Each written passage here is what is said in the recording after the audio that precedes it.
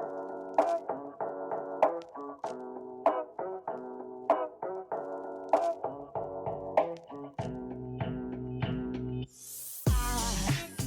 welcome to WTF Stories and Advice. I'm Caroline Cranshaw, and today we have Leslie Deems. Leslie Deems, here I am. I wasn't sure if I was supposed to introduce myself or you were going to introduce me, so I was just waiting. I was on the fence about that. I wasn't sure which one I was going to do. Okay. I could sense the hesitation, but hello, I'm here. Yes. Hello. If you've listened to this before, you know I am a hypnotherapist, a life coach, and someone who likes to give advice to lots of people and tell random crazy stories. And Leslie is a doctor of Chinese medicine. She's an acupuncturist. She's a functional medicine practitioner and all around badass bitch. Thank you. Hello, everyone. Today is a special day, isn't it? It is. Today is actually, well, in New Zealand, today Mhm. is New Year's Day, and in the United States, we're coming up on New Year's Eve here. So we're For moving in. Chinese New Year's. Correct. Yes. Exactly. Yes, thanks for the correction there. So we're moving into the year of metal Mhm. rat. And what I'm sharing with people is that our new year that's celebrated here in the West, which is January 1st, is just sort of a made up day that makes it convenient for everyone to celebrate New Year's and have vacation and so forth. That makes sense. It's very Mhm. practical. But actually, the phases of the year are based on the cycles of the moon. So you follow the moon cycles, hence, today is a new moon cycle, which is the start of a new year. You have a new moon cycle every month, but the new year, the Chinese New Year, always falls on the new moon. So that's what today is. It's New Year's Day, New Year's Eve in the Chinese New Year, and it's the day of new moon, which Caroline maybe can speak to the new moon wishes a little bit. But I did want to let you guys know that we've been finishing up the energy of the last year, which was boar or pig. Um, yes, actually, earth boar or earth pig. And Mhm. so a lot of people have expressed, well, I want things to get started and I'm ready for the new year. It's the energy is really not there to support that yet. We just now are moving into a new year and that takes a week or two. It's not like a light switch. Oh, you were in Earth Pig and now you're in Metal Rat. There's a transition period that lasts about a week or two. And movement and new projects, even starting cleanses or new diets, really should not be done January 1st. I know it's a popular time in the West to start new things and start over, but the energy isn't really there to support that yet. Mm. So we're just moving into that now, and you should feel and start to notice some movement and changes around projects or goals for yourself in the coming 6 weeks or so. So each season brings with it influences, as does each year. So the influences of the metal rat are quickness, resourcefulness. It's a year to accumulate resources, gather resources, and that could be money, that could be food. How much food do you want to gather? Well, you think about a little rat gathering all its little things in its den. That's what this year is about. So rats typically enjoy quiet, peaceful life. It's not a boisterous year. But that's just generally speaking. I will tell you. So the little fun little things that we say what rat symbolizes is really just a very loose general influence on everyone. Does that Mm. make sense? No, not at all. No, just kidding. It's interesting. It's interesting how they start the new year based on the new moon and lunar calendar, which Yeah. is more, I believe, an accurate cycle. I love the new moon and I always do wishes. I'm not sure if I've talked about it on the podcast before. I think I have, but every new moon, you can write down 10 wishes that you want to manifest.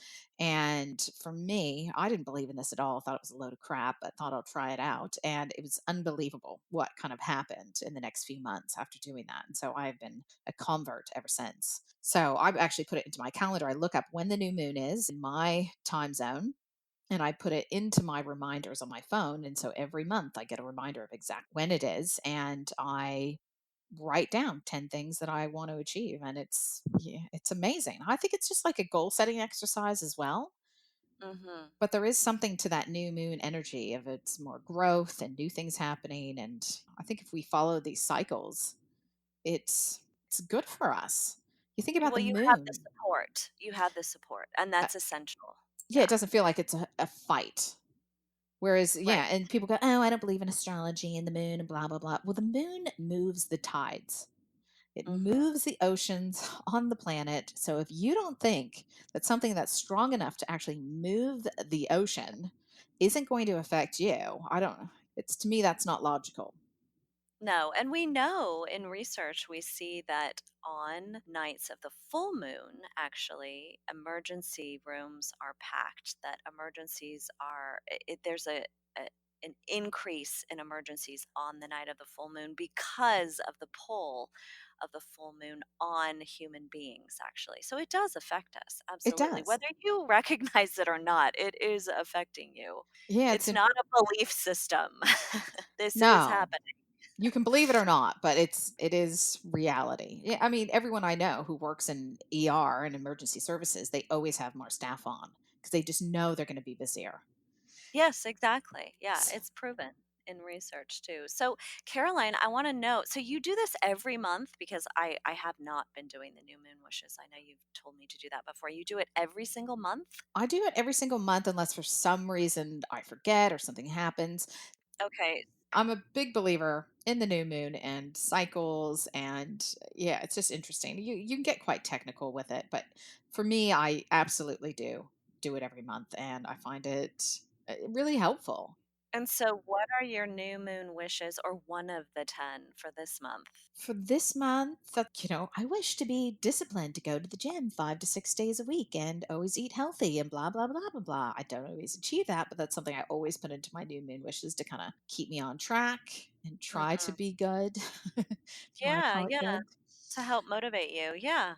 Yeah, and just whatever's going on. Like right now, I'm starting a new round for my hypnotherapy school. So we're starting a new intake. The latest course starts on February 8th. So I guess I've put in wishes that will attract the perfect students that, will all get along well. I mean, attract the right people to have the right vibe and or the right amount of numbers. So I'll put in stuff around that as well. I might put in stuff around me being inspired to add to the curriculum with new insightful things that I could teach, to be inspired with that. So I ask, put that down. And maybe that just prompts my subconscious mind into going, oh, well, if you want new ideas, here's think of this or that, or, it just can be, I think it just, what you focus on expands.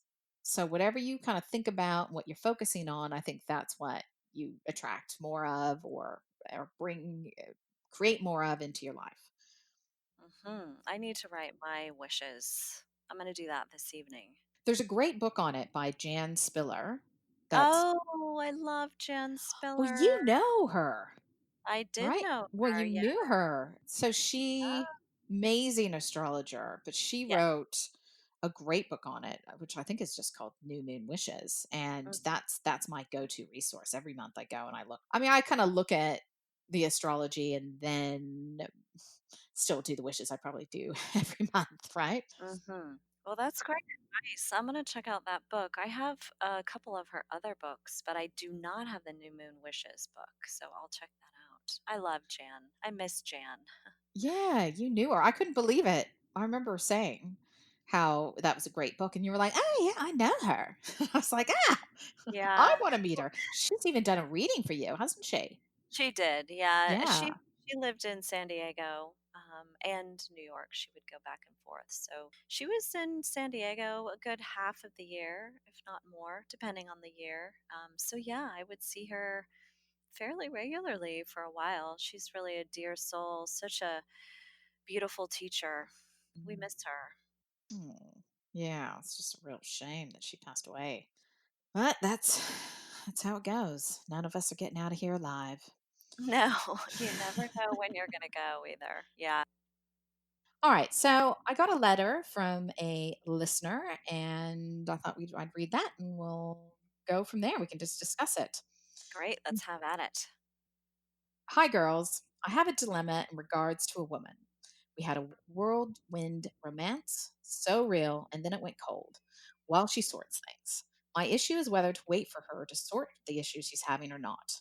She can't give me any assurances, and there's very little contact from her at the moment. It's all very confusing and hurtful for me.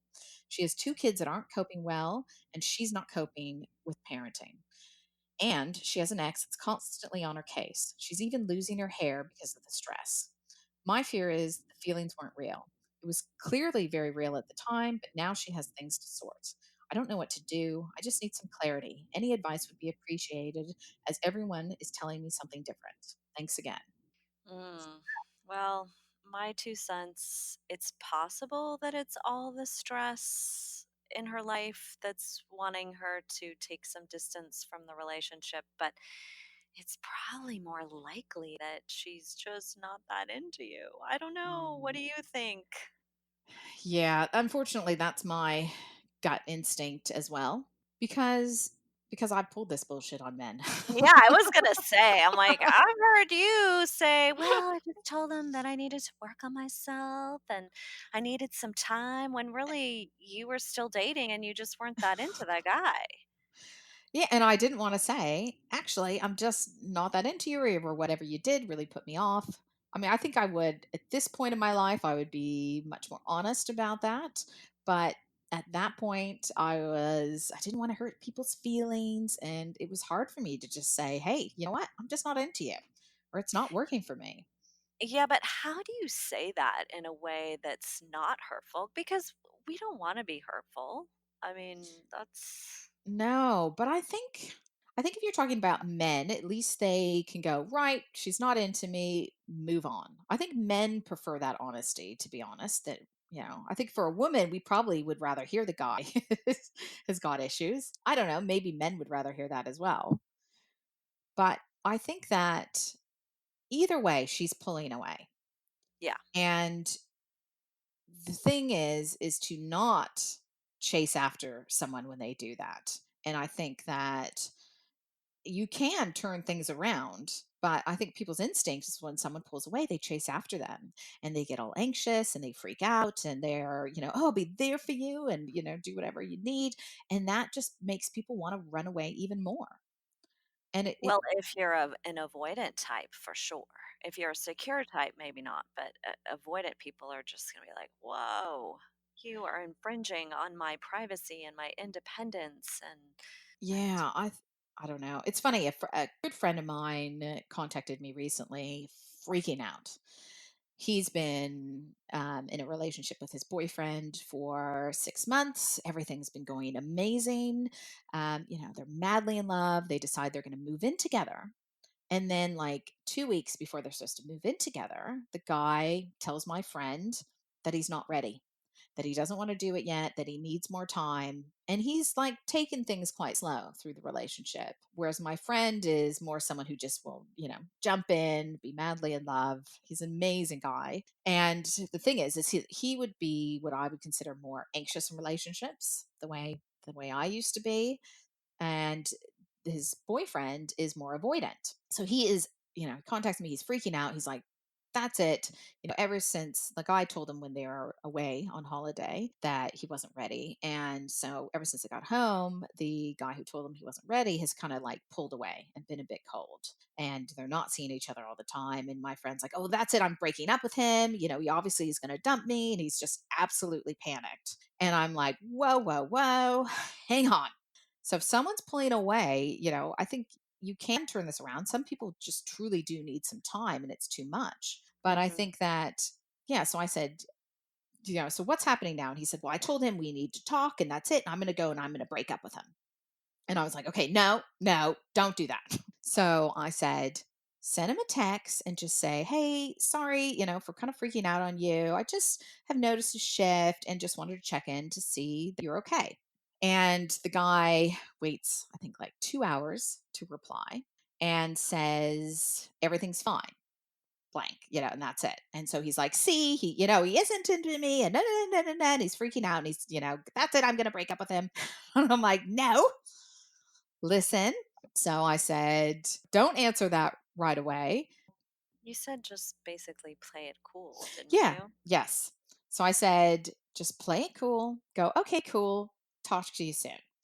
And he's just absolutely convinced that that's it. It's over. But he listens. And what I told him to do was, go home, visualize a cord going from you to him and cut that cord. Visualize him floating off in the distance and his energy going with it. And you could do like a little white light, visualizing that his energy is kind of washing away from you. And it's not that you want to break up with them or just, it's about disconnecting the pattern you're in now. But I truly believe, and this is something I do with clients all the time, is that it kind of disconnects that pattern you're in now, and Mm. people feel it when that energetic shift has happened. So he goes home and does this, and then he gets a text like, almost immediately as soon as he does this visualization saying, "Hey, maybe I should come over and we can have that talk." And so he's like, "What do I do? What do I say?" And I'm like, "No, you say, don't worry about it. I'm actually, hanging out with some friends tonight. I'll talk to you soon. Just play it cool." And so then the boyfriend's like, "Oh my God, maybe I should come over. You sounded really worried."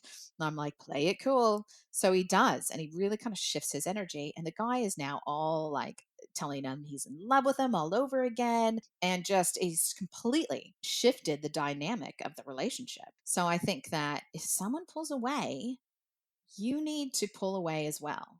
And if they're meant to be with you, then I think they will contact you. They will do something unless they're a total avoidant. Right. But if you're a woman, there's a great program by this woman named Raye. And she's got several programs, but the first one to kind of listen to and check out is How to Reconnect Your Relationship.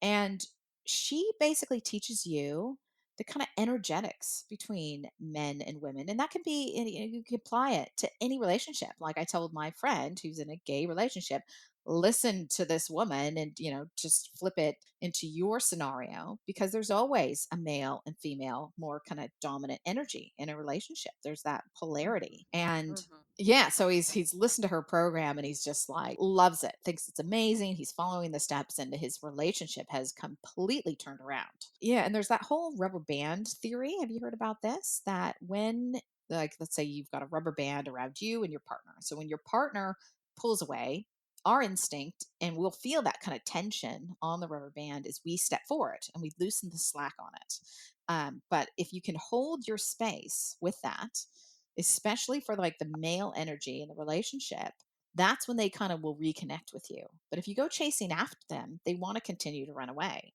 Yeah, I just think like with it going back to this letter we've received, pull away. Even, if she's not even having contact with you, she's saying she can't be in a relationship right now because she's too, stressed out. Listen to her and start dating other women. Start looking around. Don't sit home and pine for this woman, because it'll shift your energy and she may come back to you, but she may not. And if she doesn't, then, she's not the right one for you. I mean, to me, she sounds like she's a little bit of a mess right now in her life, so she needs to kind of get her shit together. And I think that I know for myself, because I have not had my shit together for a significant portion of my life, that no one else could do it for me, that I had to do it on my own. And the more I had men trying to help me get my shit together and do, because that's men's instinct, is they'll swoop in and try to save you, which that's what I thought I wanted. But I'd always push them away. I didn't like it. And for me, I had to do it when I was single and on my own. Hmm. Yeah, So don't, definitely. yeah, don't you agree? I agree. I think this woman is telling him up front, I'm not available Mm. to you or for you. I'm not available. So you just have to allow that. And then what comes from that comes from that. And I think, we're hardwired to look for rejection. So if someone rejects us, it's blueprinted into our DNA to freak out, because in more primitive times, that meant we're going to die. right? You get ostracized from the tribe, Yes. and you starve to death. You don't have any resources. So it's so hardwired into us. But there's too many people on the planet now. You're not going to die. You're going to be okay.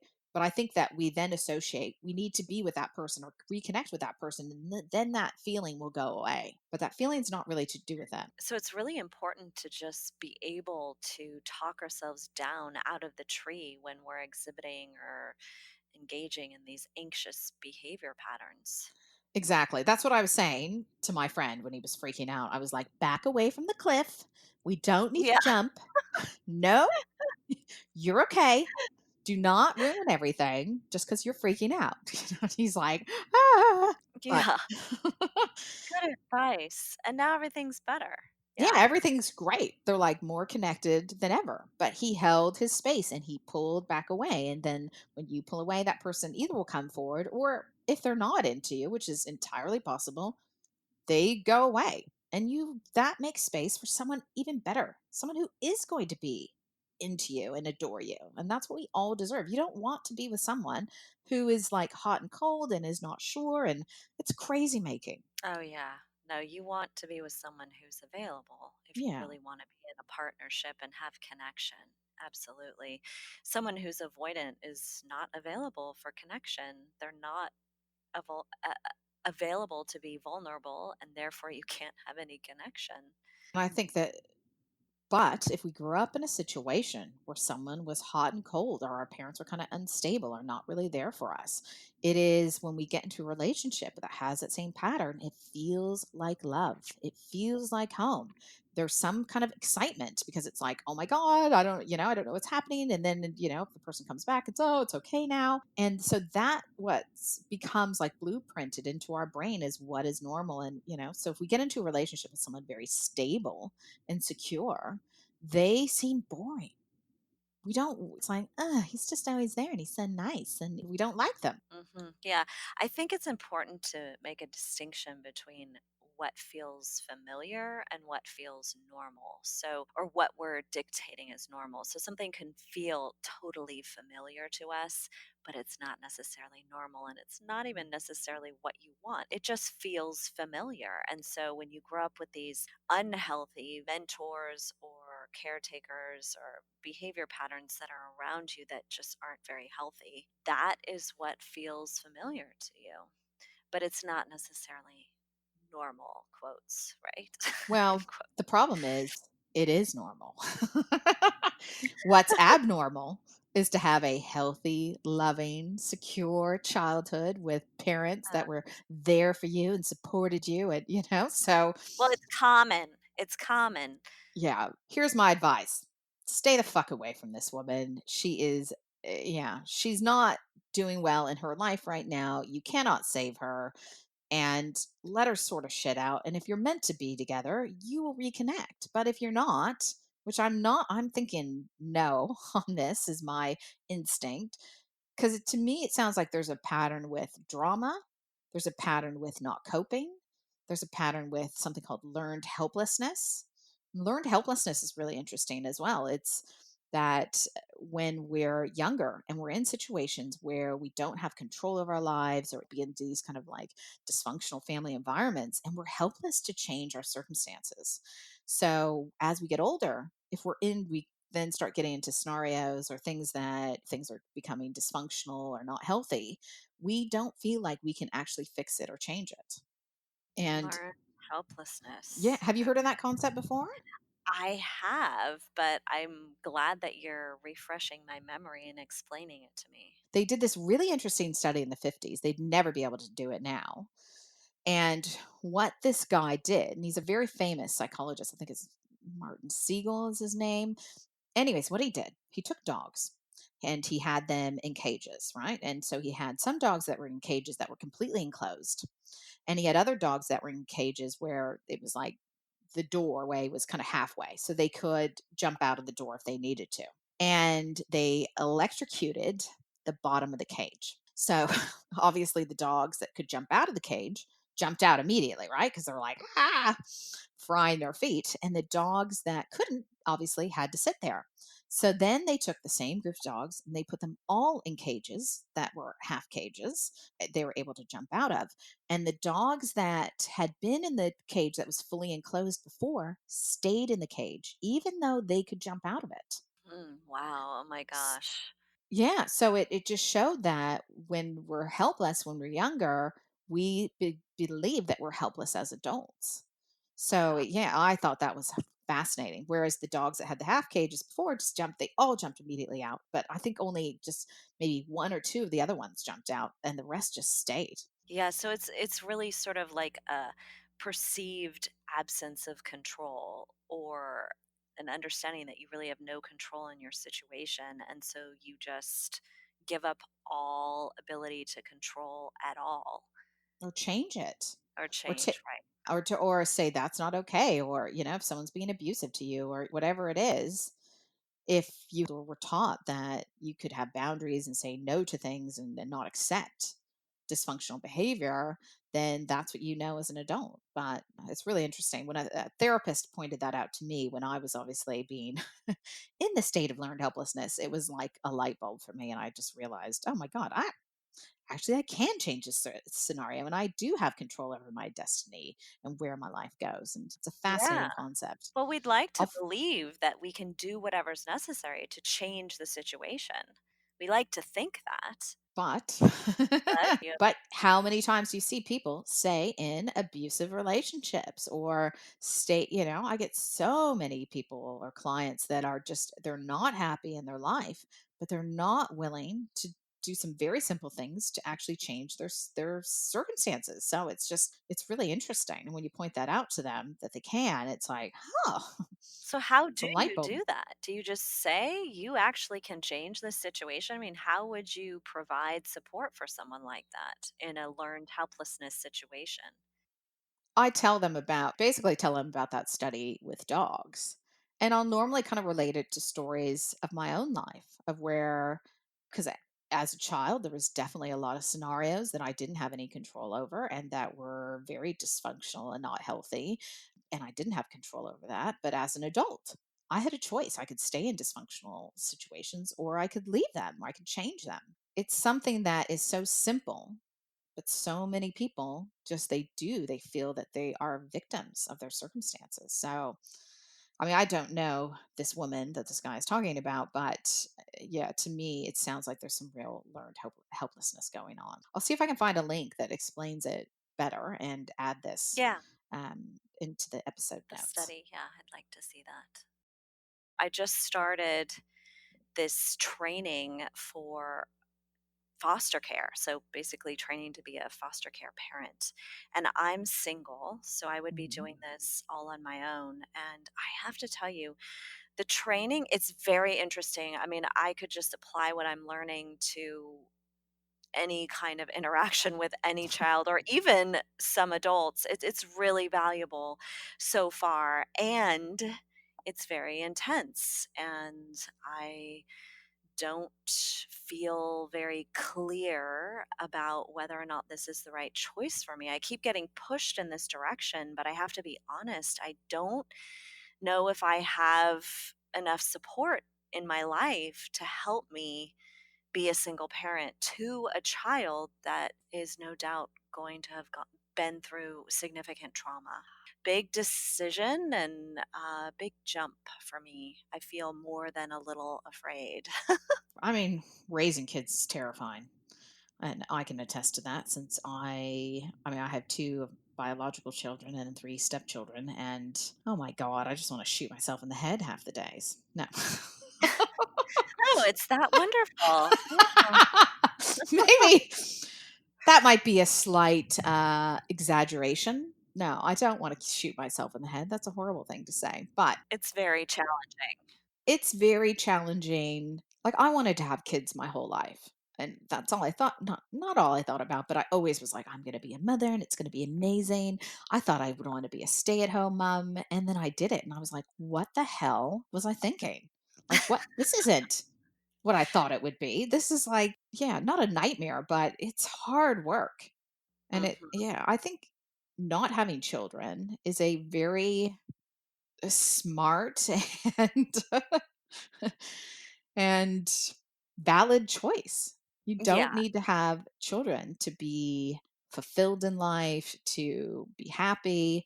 Like, I love my kids. I couldn't imagine not having them. But at the same time, I can see this other parallel universe where I didn't. And that would be a very happy and fulfilled life too.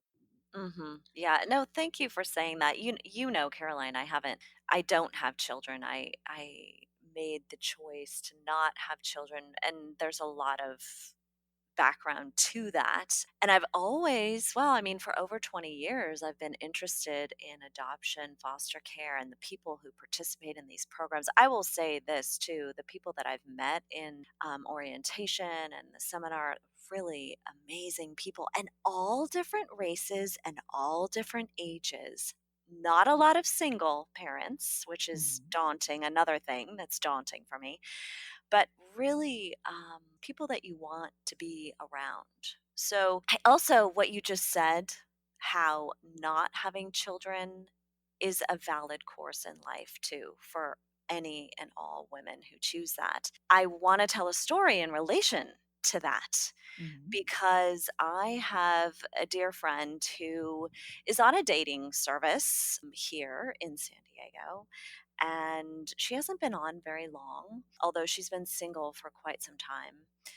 She's 50 and she was having this regular banter or chat with this particular individual online that went on for about 2 weeks through email. Mhm. And she was really enjoying chatting with this guy. Funny, entertaining, intellectually stimulating. And so they finally, after 2 weeks, decided they would have a conversation on the phone. So she just, in the last few days, had this conversation with this guy on the phone. And it did not go well at all. Mm. And she was so disappointed. I'm sure there's listeners out there who can relate. But I will tell you one thing that he said. So, a question that people ask commonly: have you been married? Do you have children? And it's a reasonable question. Yeah. So he asked her that, and she said, no, I've never been married and I don't have any children. And he said, well, that's a red flag. And I just Mm. thought, wow, how judgmental. You just don't know where someone's coming from. Maybe she didn't have children because she couldn't have children. Yeah, Maybe exactly. she chose not to have children because this world is already overpopulated. I mean, who knows? Who knows? But so judgmental, my gosh. So that was her red flag Yeah, that I bet. this was not someone that she wanted to continue speaking with. So she just gracefully exited from the conversation, saying, it's clear to me that You're a dick. I'm yeah, she said, "It's clear to me I don't need to have another conversation with you." But really she's kind and delivered her message gracefully, which hats off to her. But I just thought, wow, can we withhold judgment when we're first having conversations with people? And we all are guilty of judging people, right? We have our little radar in our heads. It's like, "Oh, I don't know about that. I don't know about that." But a red flag. I don't know. Just Yeah, I would have said, "Well, I used to be a man, so, I can't biologically have them. How that you would be doing?" a great response. Yeah. Just throw him off his rocker for a second there, like, "Oh my god, I've been talking to a man this whole time." Yeah. Not that there's anything wrong with that, but, No. I think that women who haven't had children, sometimes are smarter, you know what I mean? Because there's a lot of women who have children with men that they shouldn't. Mm, Or just because they get pregnant, they make that decision, and it might be not the right time and circumstances. And if it all works out, that's great. But I can't count how many clients I have that are just had children with the wrong person, a person that, and the children are traumatized from it and they go through years of horror. And if they had just not had children with that person, their life probably would be a lot better. And not that you'd ever want to take away the children you have or anything like that, but I think it's a big deal to have a child, and you really want to be clear that you're doing it with the right person for the right reasons, it's the right time in your life. It's not something you can just wing. You know what I mean? You can't just wing it and hope for the best, and but that's what most people do. Yeah, and if you're deciding to do it on your own, I think the key is you need to have support, which is what I'm looking at right now. And I'm like, I have a friend who has stepped up and said, I will come after work 1 day a week, every week. And so she gets off work between 5:15 and 6. So she's gonna come over at that time. Well, I'm looking at taking care of the age groups 0 to 5. So their bedtime is going to be around 7 or 8 o'clock. So, I mean, I think that's great, but that's not going to be enough support for me, I don't think, in raising a child, particularly a child that has special needs. Have you thought about having or taking a child that's older? I have. This particular agency that I decided to go with is ages 0 to 5. So, and this Ah, is the thing, this is a process. I'm putting one foot in front of the other and I'm discovering, oh shit, I don't really have enough support. They keep hounding that. Like, you have to have this person set up as emergency contact, and you have to have this person set up for, if something happens to you, not just the child, or if I had to go to the hospital myself, or I needed a break. I mean, you have to have all these different support systems in place, daycare and doctors and dentists, that goes without saying, but you also have to have friends and family members that you can call on a regular basis that are supporting you in this. It takes a village to raise a child, right? So they keep hounding this, and mm. I'm realizing in this process, I don't have sufficient support for this. At least that's how I'm feeling right now. Anyway, Well, as someone who I had children on the other side of the world without any family support at all, and my husband at the time didn't have any family that lived anywhere, even, I think the closest was like 6 or 7 hours away by car, and had a husband who worked 6, 7 days a week. So I really did do it on my own. And you just figure it out. It was hard, but I managed to do it. I don't know. And like the right people kind of come into your life at the right time. And for me, I joined coffee groups, and I'm sure they have like foster care support groups, wouldn't they? they do. This agency has a support group that you can attend, but the Mhm. agency is far from my house. It's about 45 minutes from my house with no traffic. So that's not something I'm going to do once a week. And then don't I have to find someone to take care of the child to go to the support group? And then we're back to I need more support.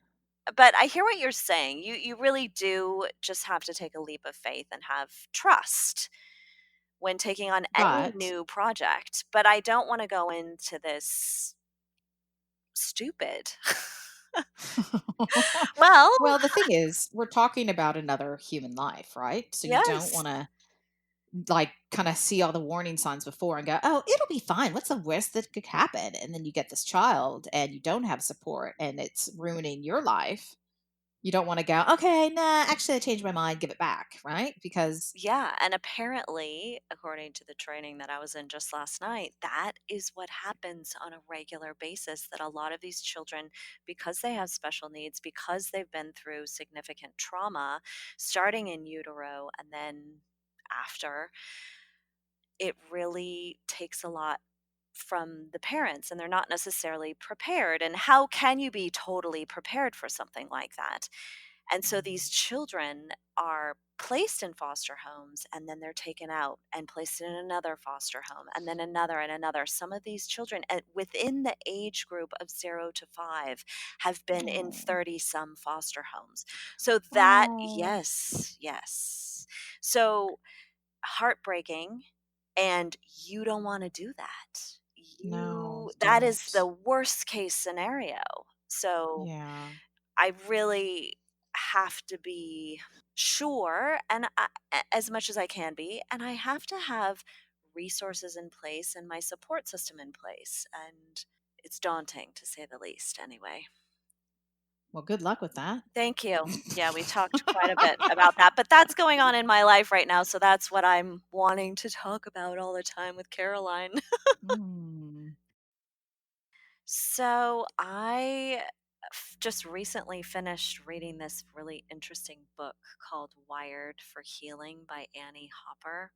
Mhm. And it she basically has put forth this new system that has to do with, or based on the concept that you can retrain your neuroplasticity, right? Brain plasticity. So her program or technique, I guess, is DNRS, or the Dynamic Neural Retraining System Mhm. program. It's drug free, neuroplasticity based approach basically to change your brain. So this woman had been very ill, diagnosed with fibromyalgia, chronic fatigue syndrome, multiple chemical sensitivity, a lot of diagnoses that fall under the category of mysterious illnesses, or illnesses or syndromes that we can't really explain. And she's created this technique to help people heal from these mysterious illnesses. And she has a training program that you can do in person. And she also has online CDs that can help you learn how to retrain your brain to, for example, not be sensitive to certain chemicals or fragrances or so on and so forth. So she has people who are diagnosed with CFS,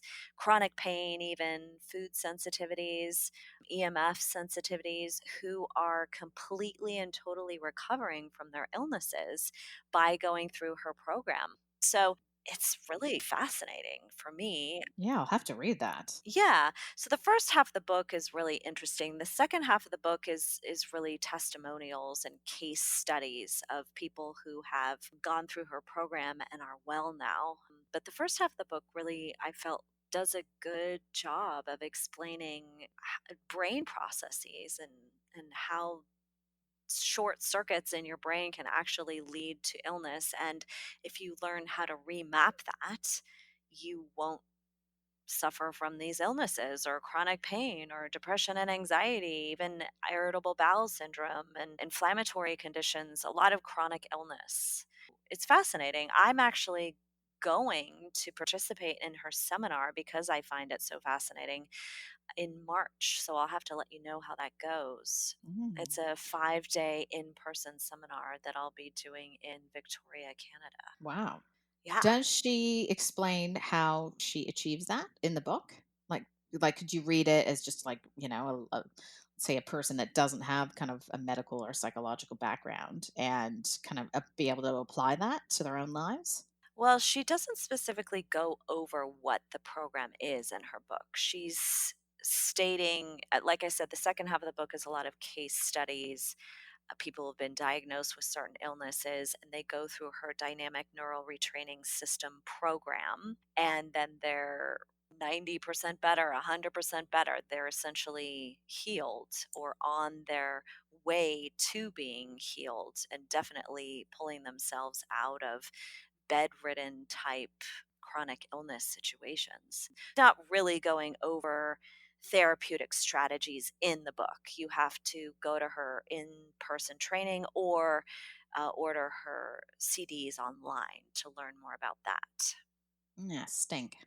You still I think you would appreciate reading the first part of the book, though, just to get an idea of what this woman is doing. It's interesting. She's getting a lot of recognition because people are recovering from these illnesses that we really otherwise don't necessarily know how to treat. I mean, I just completely forgot what I was going to say. La la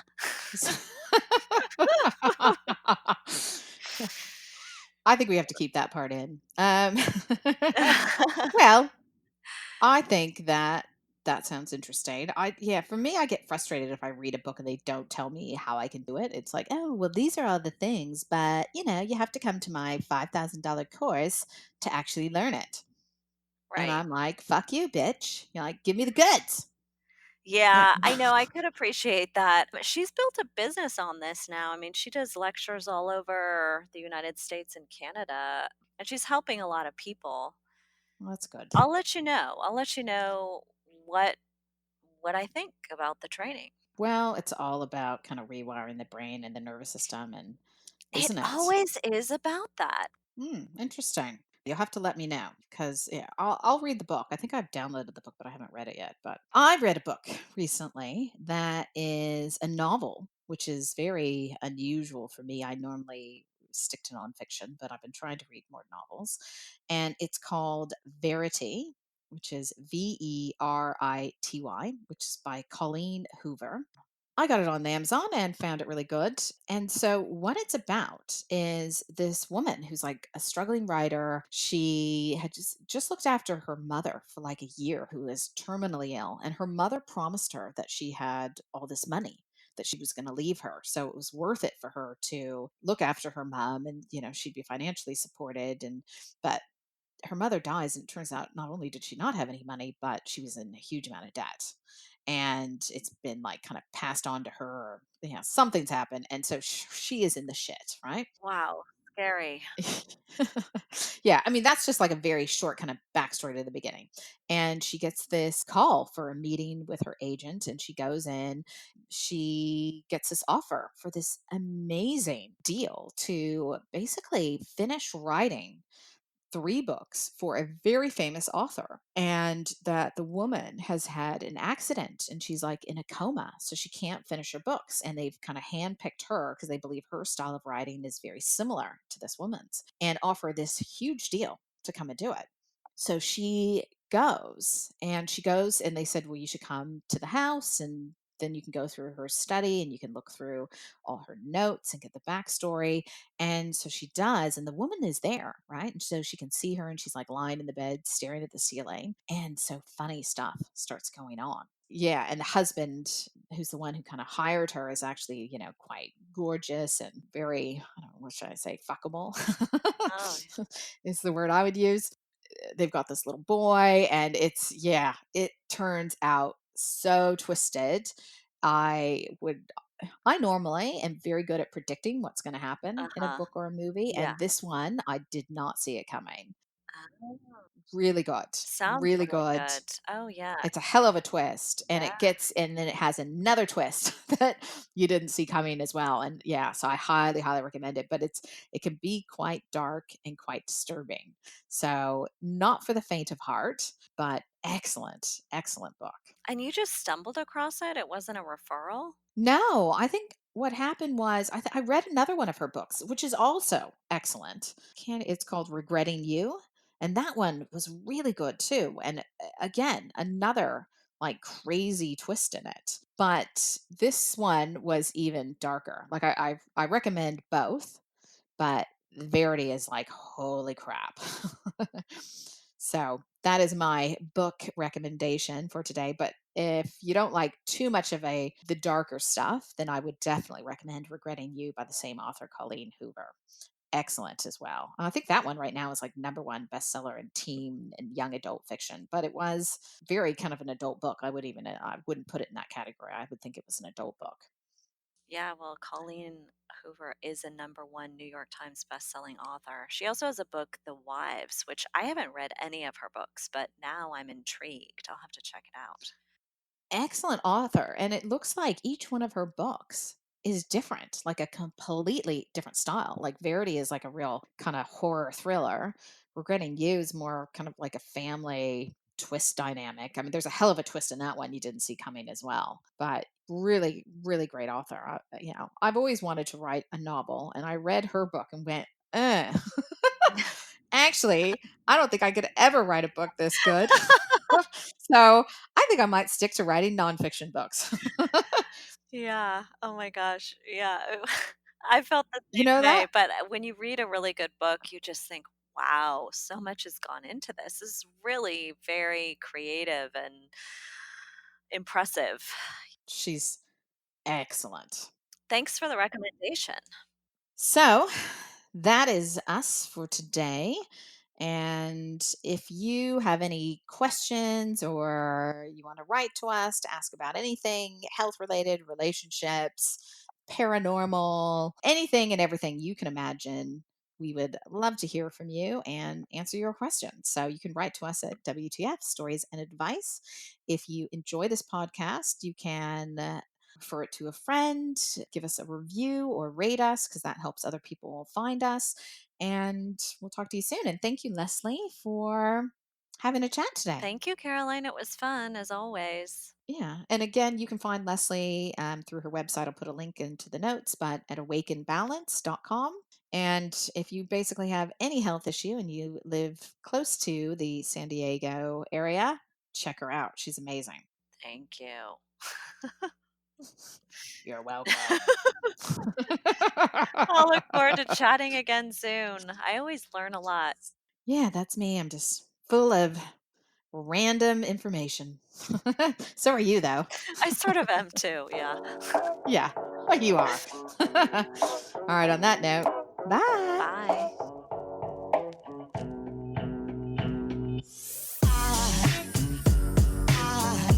There goes a sight from my soul.